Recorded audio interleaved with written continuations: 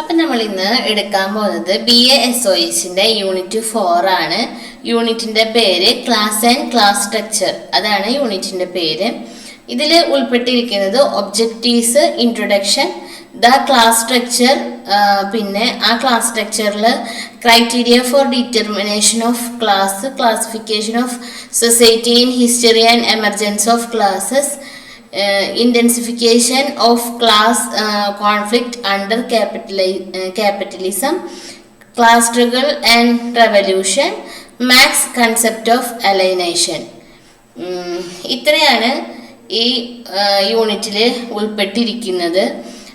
നമുക്കിന്ന് objectives, introduction, the class structure അത്രയും നമുക്ക് നോക്കാം. നമുക്കതിൻ്റെ ഒബ്ജക്റ്റീവ്സ് നോക്കാം. Define the concept of class, അതായത് വർഗത്തിന്റെ ആശയം നിർവചിക്കുക.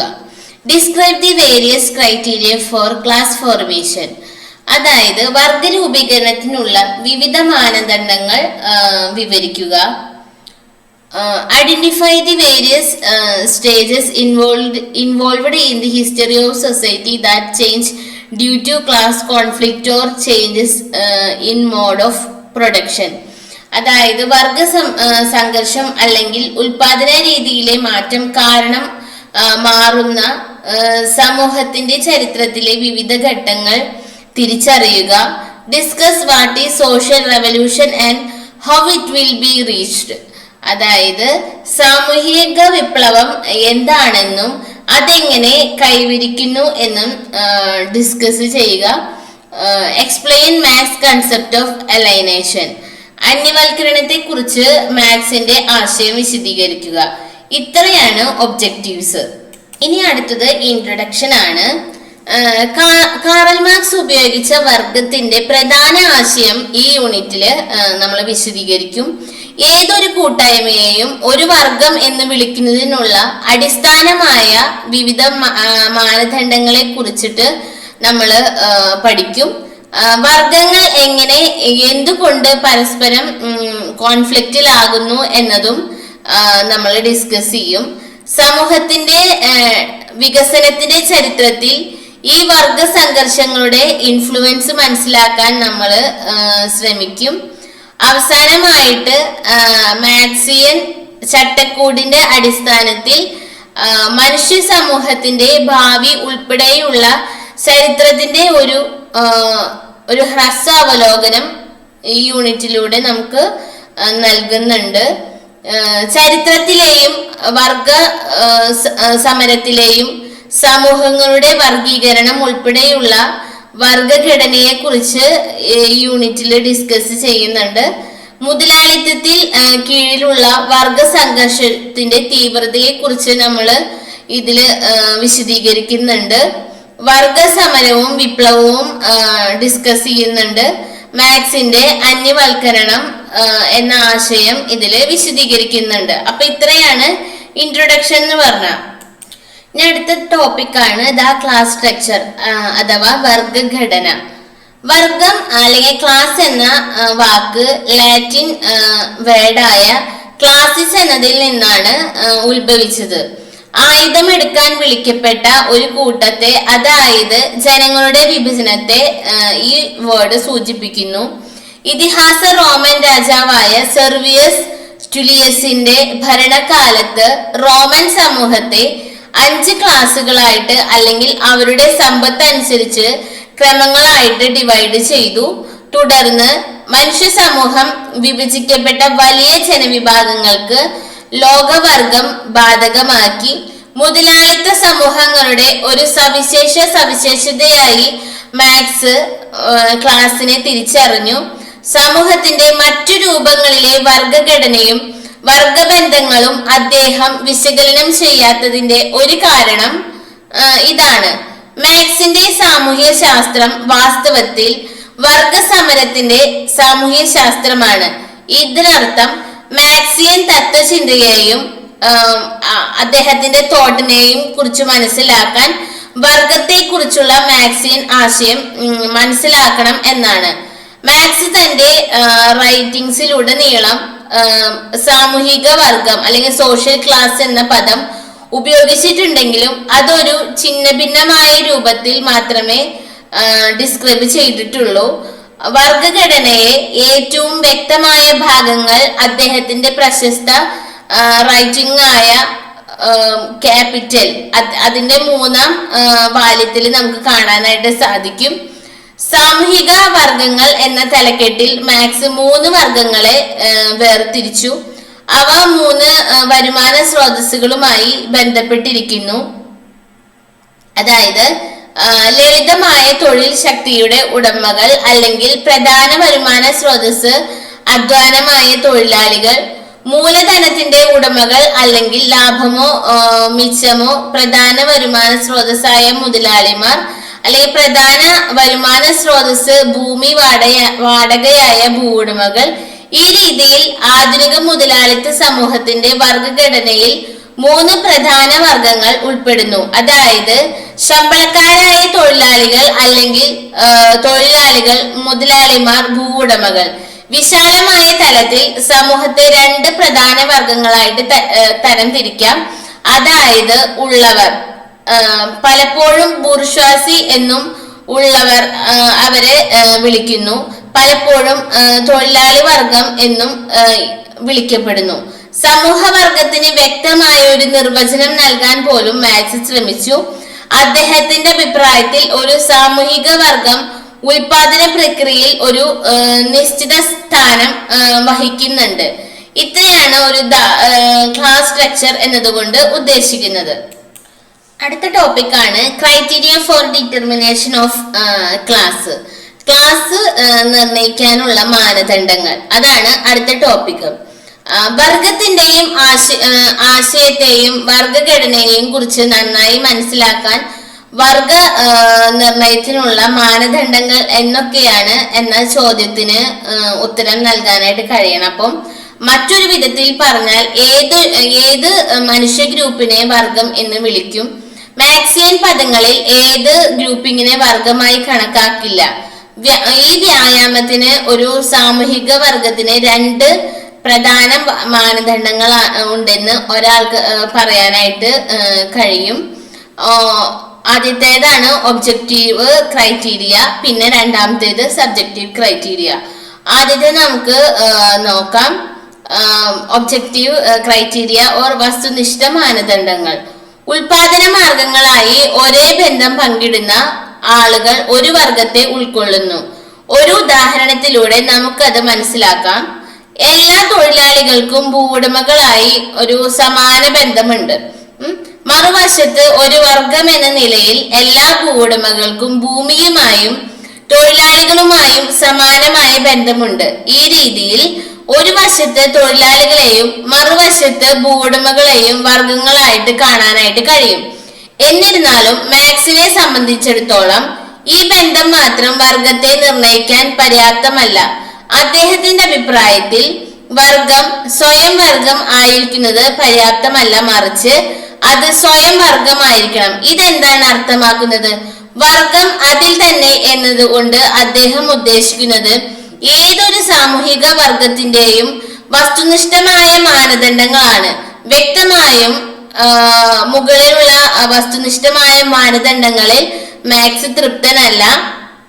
അതിനാൽ അദ്ദേഹം മറ്റ് പ്രധാന മാനദണ്ഡങ്ങൾക്ക്, അതായത് സ്വയം വർഗം അല്ലെങ്കിൽ ആത്മനിഷ്ഠമായ മാനദണ്ഡങ്ങൾക്ക് തുല്യ പ്രാധാന്യം നൽകുന്നു. അടുത്തതാണ് സബ്ജക്റ്റീവ് ക്രൈറ്റീരിയ അല്ലെങ്കിൽ ആത്മനിഷ്ഠ മാനദണ്ഡങ്ങൾ. സമാനമായ ബന്ധമുള്ള ഏതൊരു കൂട്ടായ്മയും അല്ലെങ്കിൽ മനുഷ്യ ഗ്രൂപ്പിങ്ങും ആത്മനിഷ്ഠ മാനദണ്ഡങ്ങൾ ഉൾപ്പെടുത്തിയിട്ടില്ലെങ്കിൽ അതൊരു വിഭാഗമായിട്ട് മാറും, ഒരു വർഗമല്ല. ഏതെങ്കിലും ഒരു വർഗത്തിലെ അംഗങ്ങൾക്ക് സമാനമായ ഒരു അവബോധം ഉണ്ടായിരിക്കുക മാത്രമല്ല, അവർ ഒരേ വർഗത്തിൽ പെട്ടവരാണെന്ന വസ്തുതയെ കുറിച്ചുള്ള സമാനമായ അവബോധവും അവർ പങ്കിടുന്നു. ഒരു വർഗത്തിന്റെ ഈ സമാനമായ അവബോധം സാമൂഹിക പ്രവർത്തനം സംഘടിപ്പിക്കുന്നതിന് അതിലെ അംഗങ്ങളെ ഒന്നിപ്പിക്കുന്നതിനുള്ള അടിസ്ഥാനമായി വർത്തിക്കുന്നു.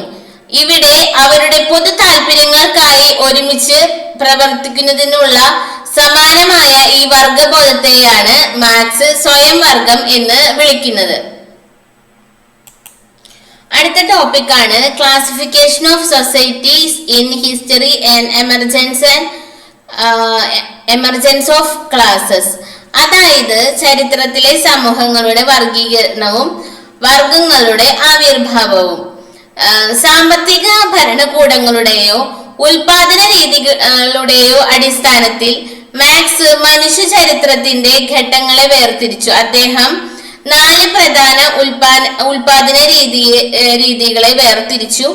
അവയെ അദ്ദേഹം ഏഷ്യാറ്റിക്, ഏൻഷ്യൻ, ഫ്യൂഡൽ, പിന്നെ ക്യാപിറ്റലിസ്റ്റ് എന്ന് അദ്ദേഹം വിളിച്ചു. എല്ലാ സാമൂഹിക വികസനവും കമ്മ്യൂണിസം എന്ന ഒരു ഘട്ടത്തിലേക്ക് കലാശിക്കുമെന്ന് അദ്ദേഹം പ്രവചിച്ചു.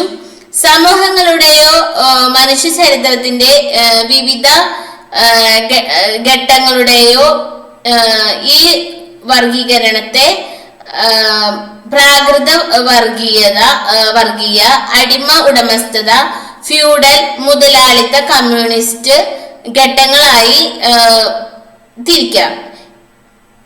ഈ ഉപവിഭാഗത്തിൽ നമ്മൾ ആദ്യത്തെ 3 ഘട്ടങ്ങളെ കുറിച്ചിട്ടാണ് നമ്മൾ ചർച്ച ചെയ്യുന്നത്.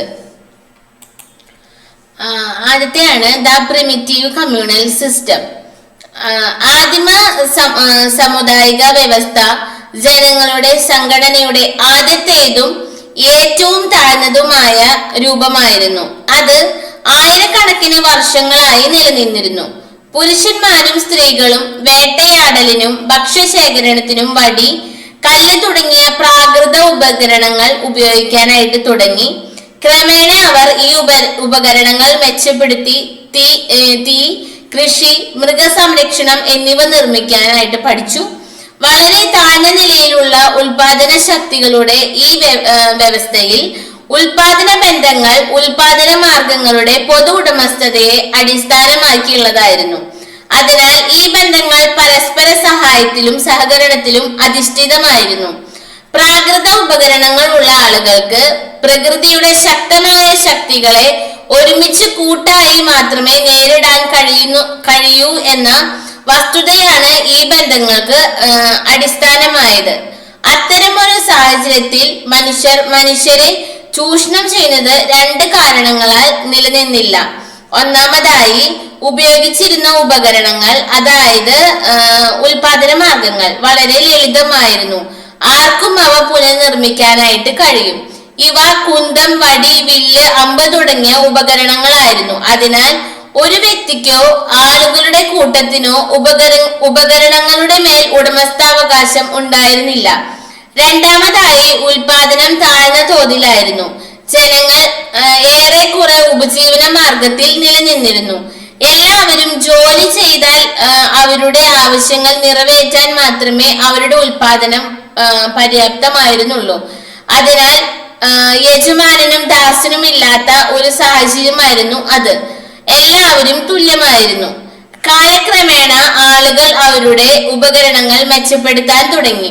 അവരുടെ ഉൽപാദന വൈദഗ്ധ്യം മിച്ച ഉൽപാദനം ആരംഭിച്ചു. ഇത് സ്വകാര്യ സ്വത്തിലേക്ക് നയിച്ചു. പ്രാകൃത സമത്വം സാമൂഹിക അസമത്വത്തിന് വഴിയൊരുക്കി. അങ്ങനെ ആദ്യത്തെ വിരുദ്ധ വർഗങ്ങൾ അടിമകളും അടിമ ഉടമകളും പ്രത്യക്ഷപ്പെട്ടു. ഉൽപാദന ശക്തിയുടെ വികസനം പ്രാകൃത വർഗ വ്യവസ്ഥയെ അടിമത്തം വഴി മാറ്റി സ്ഥാപിക്കുന്നതിലേക്ക് നയിച്ചത് ഇങ്ങനെയാണ്. അടുത്തതാണ് ദ സ്ലേവ് ഓണിംഗ് സൊസൈറ്റി, അടിമ ഉടമ സമൂഹം. അടിമ ഉടമ സമൂഹത്തിൽ പ്രാകൃത ഉപകരണങ്ങൾ പൂർണ്ണതയിലെത്തി. കല്ല്, മരം ഉപകരണങ്ങൾ എന്നിവയ്ക്ക് പകരം വെങ്കലം, ഇരുമ്പ് ഉപകരണങ്ങൾ വന്നു. വലിയ തോതിലുള്ള കൃഷി, മൃഗസംരക്ഷണം, ഖനനം, കരകൗശല വസ്തുക്കൾ എന്നിവ ഡെവലപ്പ് ചെയ്തു. ഇത്തരത്തിലുള്ള ഉൽപാദന ശക്തികളുടെ വികസനം ഉൽപാദന ബന്ധങ്ങളെയും മാറ്റിമറിച്ചു. ഉൽപാദന മാർഗങ്ങളുടെയും അടിമയുടെയും അവർ ഉൽപാദിപ്പിക്കുന്ന എല്ലാറ്റിന്റെയും ഉടമസ്ഥന്റെ സമ്പൂർണ്ണ ഉടമസ്ഥതയെ അടിസ്ഥാനമാക്കിയുള്ളതായിരുന്നു ഈ ബന്ധങ്ങൾ. പട്ടിണി കിടന്ന് മരിക്കാതിരിക്കാൻ ഉടമ അടിമകൾക്ക് ഏറ്റവും കുറഞ്ഞ ആവശ്യങ്ങൾ മാത്രമേ അവശേഷിപ്പിച്ചുള്ളൂ. ഈ വ്യവസ്ഥിതിയിൽ മനുഷ്യരെ ചൂഷണം ചെയ്തതിന്റെ ചരിത്രവും വർഗസമരത്തിന്റെ ചരിത്രവും ആരംഭിച്ചു. ഉൽപാദന ശക്തികളുടെ വികസനം തുടർന്നു. അടിമത്തം സാമൂഹിക ഉൽപാദനത്തിന്റെ വികാസത്തിന് ഒരു തടസ്സമായി മാറി. ഉൽപാദനം, ഉപകരണങ്ങളുടെ നിരന്തരമായ പുരോഗതി, ഉയർന്ന തൊഴിൽ, ഉൽപാദനക്ഷമത എന്നിവ ആവശ്യപ്പെട്ടു. പക്ഷേ അടിമകൾക്ക് ഇതിൽ താല്പര്യമില്ലായിരുന്നു. കാരണം ഇതവരുടെ സ്ഥാനം മെച്ചപ്പെടുത്തില്ല. കാലക്രമേണ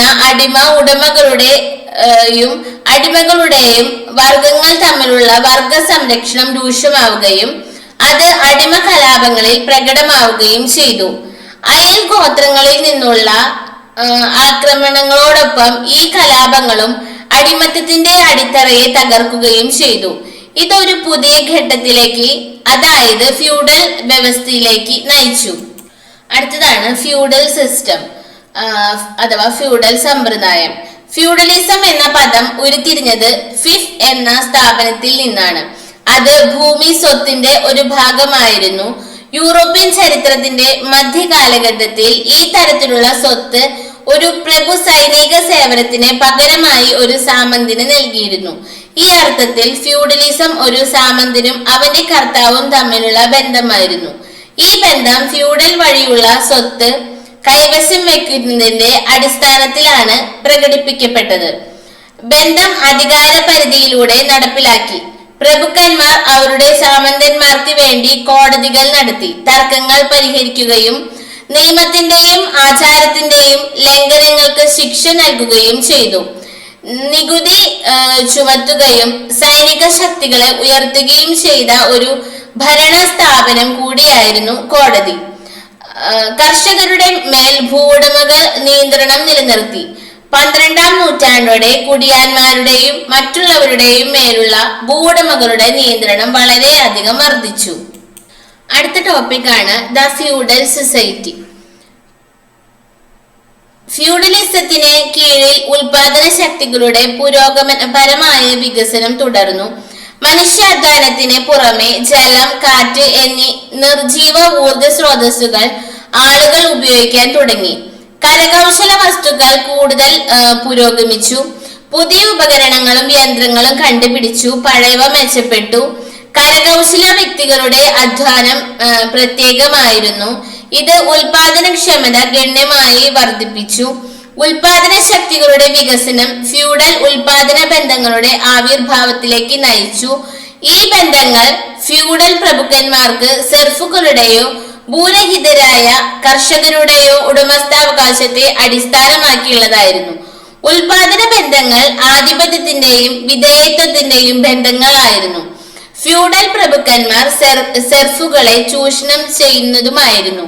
എന്നിരുന്നാലും ഈ ബന്ധങ്ങൾ അടിമത്ത വ്യവസ്ഥയേക്കാൾ പുരോഗമനപരമായിരുന്നു. കാരണം അവ തൊഴിലാളികളെ ഒരു പരിധിവരെ അവരുടെ അധ്വാനത്തിൽ താല്പര്യമുള്ളവരാക്കി. കർഷകരും കരകൗശല വിദഗ്ധർക്കും ഉപകരണങ്ങളോ ഭൂമിയുടെ ചെറിയ ഭാഗങ്ങളോ സ്വന്തമാക്കാനായിട്ട് കഴിഞ്ഞു.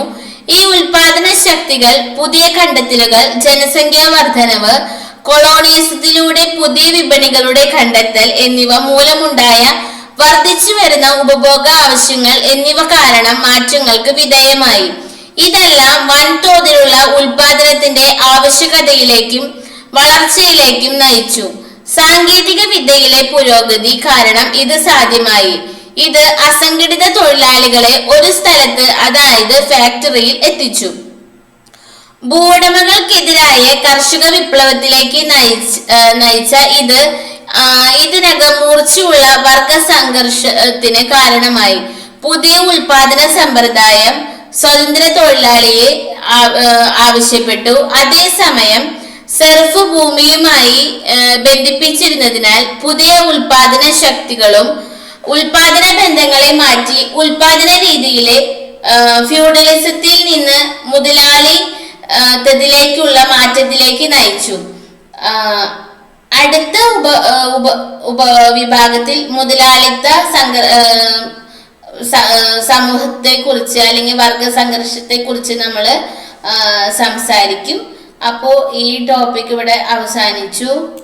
അപ്പൊ നമ്മൾ ഇന്ന് നോക്കിയത് objectives, introduction, the class structure, അതിൽ criteria for determination of class, classification of societies in history and emergence of classes.